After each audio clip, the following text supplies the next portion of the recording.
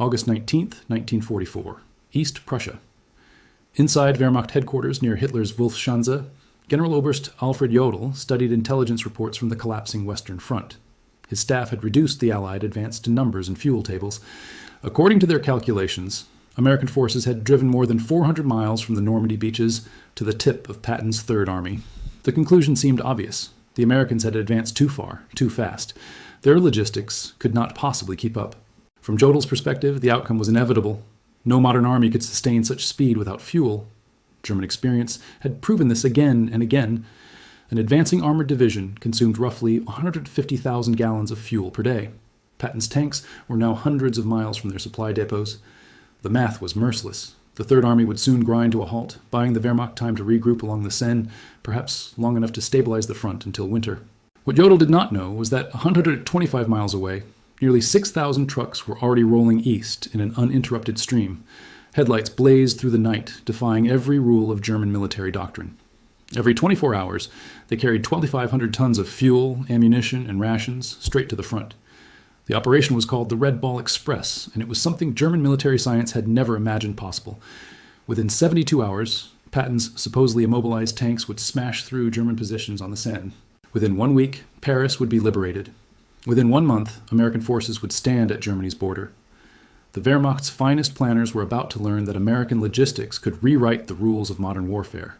German confidence was not arrogance, it was earned. The Wehrmacht had pioneered blitzkrieg, mastered combined arms warfare, and understood the tyranny of supply lines better than any army in Europe. Their own campaigns had repeatedly stalled not because of enemy resistance, but because logistics collapsed under distance and consumption. In Russia, German spearheads advanced faster than supply columns could follow. Trucks broke down on primitive roads. 80% of German transport still relied on horse-drawn wagons. Rail gauges didn't match. Fuel ran out. Ammunition piled up hundreds of miles from the front. History, German officers believed, was about to repeat itself.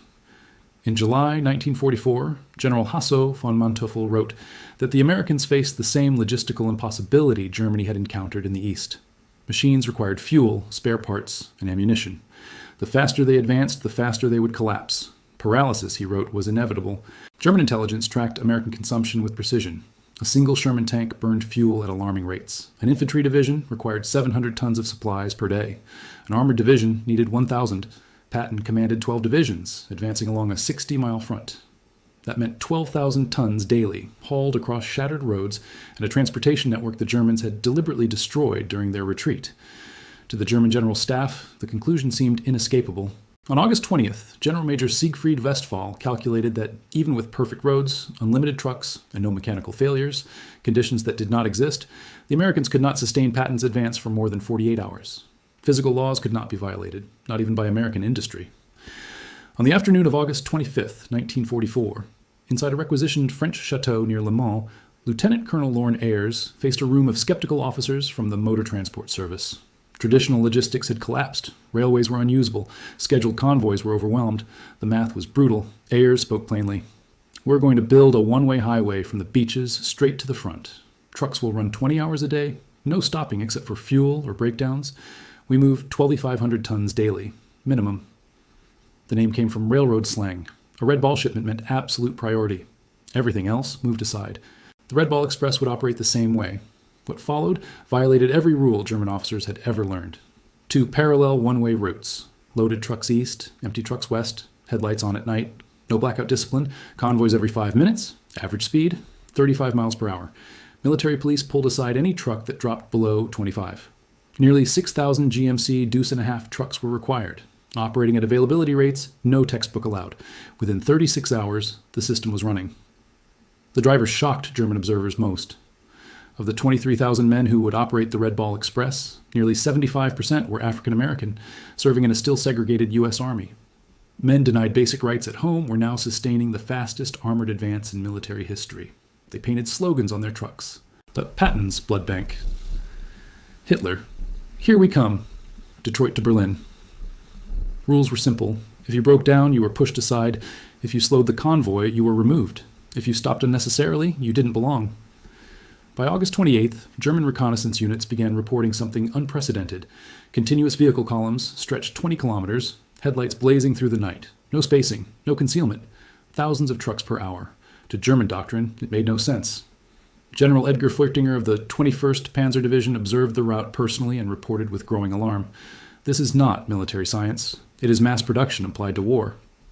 What the Germans failed to understand was that American logistics accepted failure as normal. Where Germans conserved vehicles, Americans planned to lose them.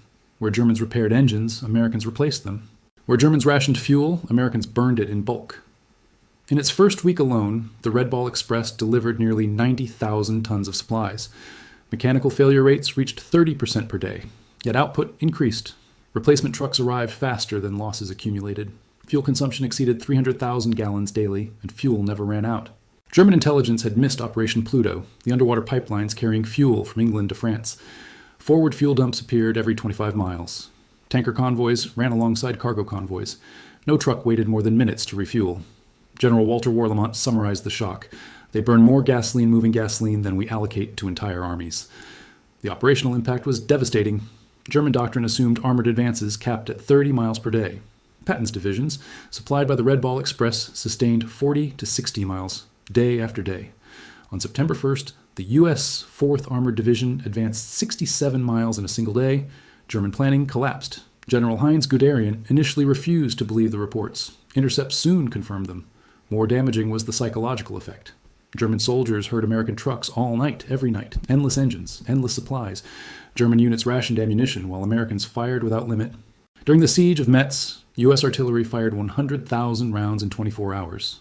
German batteries were limited to 50 rounds per gun per day. By late September, losses became staggering. Over 5,000 trucks were destroyed or abandoned. Engines and tires were consumed by the thousands. Yet capacity increased. American production replaced losses faster than Germans could calculate them. Captured officers admitted the truth openly. "We lost the war when we understood your supply system," one stated. "You violate every rule and succeed through volume." Field Marshal Walter Model put it more bluntly. "We were not defeated by tanks or planes. We were defeated by American trucks." The Red Ball Express ran for 82 days, delivering over 412,000 tons of supplies across more than 120 million ton miles. It shortened the war by an estimated 6 months. For the United States, it was acceptable overhead. For Germany, it was strategic annihilation. When the operation ended in November 1944, its lesson was clear. Modern war would no longer be decided by maneuver alone, but by the ability to supply, replace, and overwhelm through industrial power. As one German officer reportedly asked while watching the endless convoy pass, "How do you defeat an enemy who has more trucks than you have soldiers?" The answer thundered down French roads at 35 miles per hour.